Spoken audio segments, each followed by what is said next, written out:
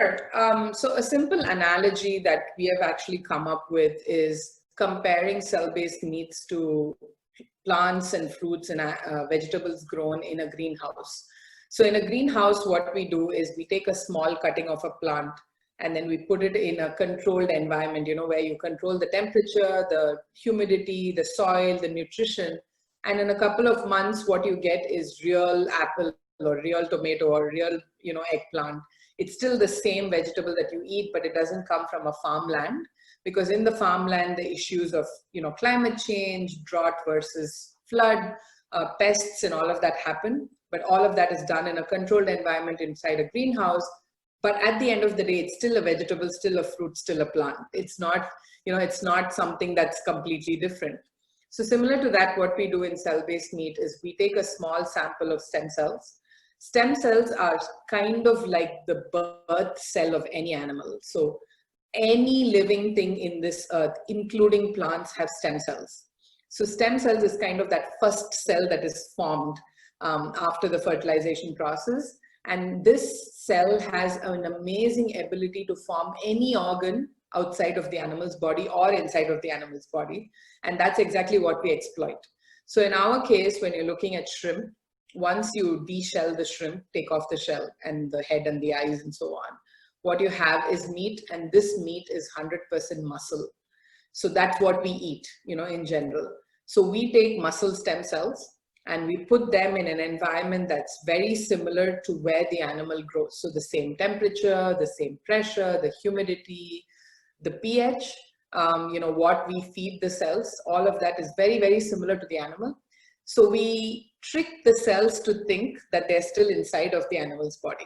That's exactly what we do. So we make the cells assume that they haven't come out of the animal's body, they're still inside the animal. And the stem cell's job is to form the organ. So since we provide them the same conducive environment, these stem cells start forming muscle. And that is exactly the meat that we eat. So at the end of 4 to 6 weeks in our process, what we get is actual shrimp muscle, which is meat. So it tastes, feels, looks, everything the same. It smells the same as well. We don't do any manipulations to the flavor. It's all within the cells itself. And that's exactly what our process is. And if people want to look at some interesting infographics and so on, they can just go to our website and we have it there as well. Right. So it tastes the same, but there's no chemicals being added. Correct. You just create an environment for the cells to grow. That's it.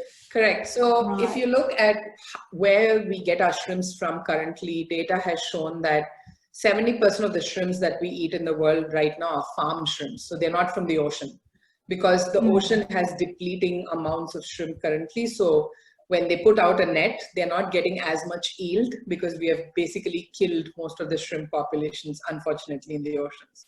So most of the shrimps are farmed in farms next to the ocean or, next to a mangrove.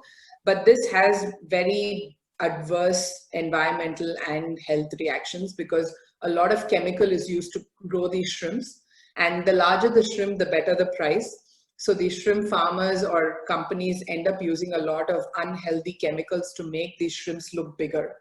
There have been press releases and news articles out there that have literally shown farmers inject gelatin into shrimp to make them look bigger.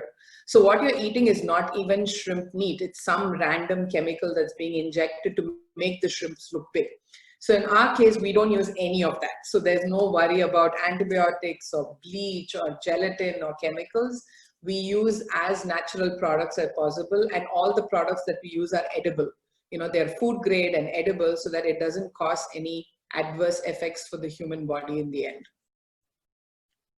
Right. So I understand that, while in the R&D phase, you probably have to work with various stakeholders. Probably you got to work with the F&B industry, you got to work with other institutions, research institutions as well, and things like that. So tell us a little bit more about, your multi-stakeholders partnership, strategies here to help you scale. So it's food and it's biotech, and literally the entire world is made up of these two things. So yes, we have multiple stakeholders and parties that are interested as well as part of this industry. So we have everything from private funding to impact funds to government funding that needs to go into this, because we are answering the question of where will food come from in the next 10 years for the 10 billion population that we are going to be. So we are we are an additional food supply chain per se. So that's one. Second is, yes, access to research institutes, access to talent, access to collaborations with universities and research institutes that already have done part of this research where we can use their knowledge and expertise. Third, I think the biggest stakeholder is the consumers themselves. At the end of the day, your technology can be great, you can have a great product, but who buys it are your consumers. Who make your company a success are your consumers. So we have been doing a lot of consumer education, creating awareness, because this is a relatively new product. Nobody has ever heard food made from stem cells. It's just something out of the world and sounds like something that can be done in space, but it's actually being done in Earth for us. So it requires a lot of talking about it, a lot of consumer education. The fourth, of course, like you mentioned, is the F&B industry. We are a B2B business to start off with, so we definitely need restaurants and food supply chain, food, hotels and restaurants to support us and use our product in dishes that they make so that they can give it to consumers. So, given all of these, I would say these are the four main stakeholders. I think the fifth one that's definitely important at the end is the regulatory and the government bodies that actually allow you to sell this product to your consumers. So these are the five, I would say, the key stakeholders in all of this. Right. So this is a really niche area. How do you go about with talent management and hiring of people with the skill sets, with the know-how, the scientific know-how, like the scientific know-how with a business angle, how do you go about with talent hiring? Yeah, I've never been shy about this, but hiring talent for a cell-based meat company is really hard. I mean, I think the other 40 plus cell-based meat companies around the world will agree with me. It's hard to find scientists and engineers who have been trained on the healthcare side, but can use their skills for food. It's a completely different mindset. You've worked all your life to, treat a disease, make a vaccine, make a drug, but all those skills can be used to make food as well. But it's very hard for you to think that you can do that. And you're always questioning yourself whether my skills and what I've learned will fit into that industry or not. So yes, it's been hard, and especially being a local startup and wanting to hire local talent has been very, very hard.